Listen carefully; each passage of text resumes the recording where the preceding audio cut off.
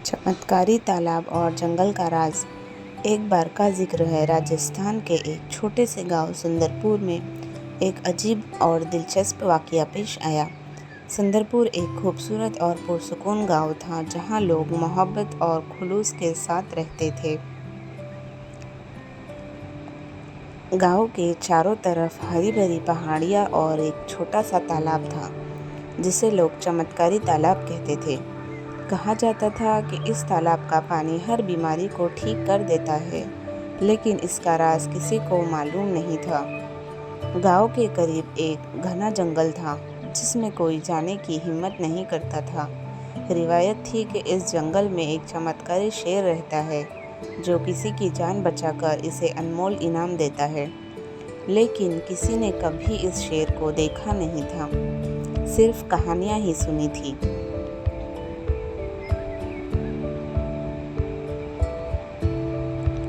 एक दिन गांव के एक छोटे लड़के राहुल ने सोचा कि जंगल में जाकर इस कहानी की हकीकत मालूम की जाए। राहुल बहुत ज़हीन और बहादुर, लेकिन इसके माँ बाप इसे जंगल जाने से मना करते थे। मगर राहुल की जुस्तजू इतनी ज़्यादा थी कि एक दिन सुबह सवेरे बगैर किसी को बताए वो जंगल की तरफ निकल पड़ा। जंगल में दाखिल होने के बाद इसने देखा कि वहाँ एक अजीब सी खामोशी है। सिर्फ परिंदों की आवाज़ें सुनाई दे रही थी। चलते चलते इसे एक पुराना कुआं नज़र आया जिसके पास एक छोटी सी तख्ती रखी हुई थी। तख्ती पर लिखा था, जो इस कुएं से पानी निकाल कर पिएगा, इसके अंदर का खौफ हमेशा के लिए ख़त्म हो जाएगा।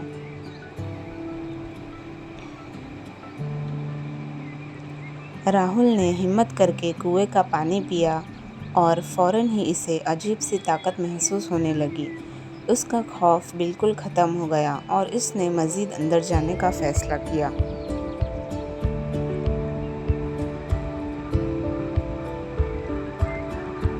राहुल आगे बढ़ता गया और एक बड़े दरख्त के नीचे इसकी मुलाकात चमत्कारी शेर से हुई। शेर का रूप बहुत मुनफरिद था।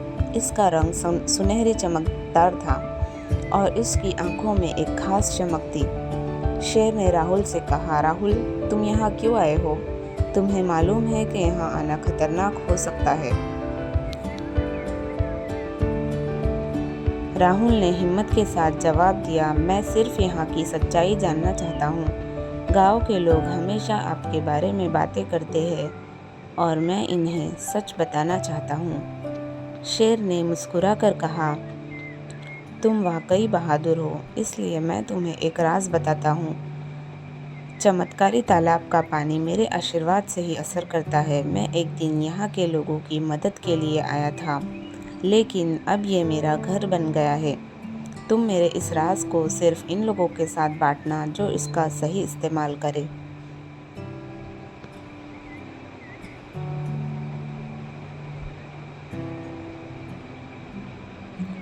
राहुल ने शेर से रुखसत ली और इसके दिए गए इनाम के साथ गांव वापस आया।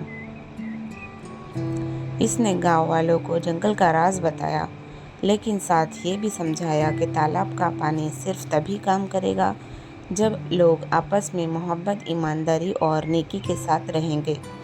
गांव वालों ने राहुल की बात मानी और अपनी ज़िंदगी को बेहतर बनाया। सुंदरपुर एक मिसाल बन गया जहां लोग एक दूसरे की मदद करते और खुश रहते। राहुल की कहानी सबको याद रही और लोग इसे एक बहादुर और समझदार बच्चे के तौर पर याद करते रहे।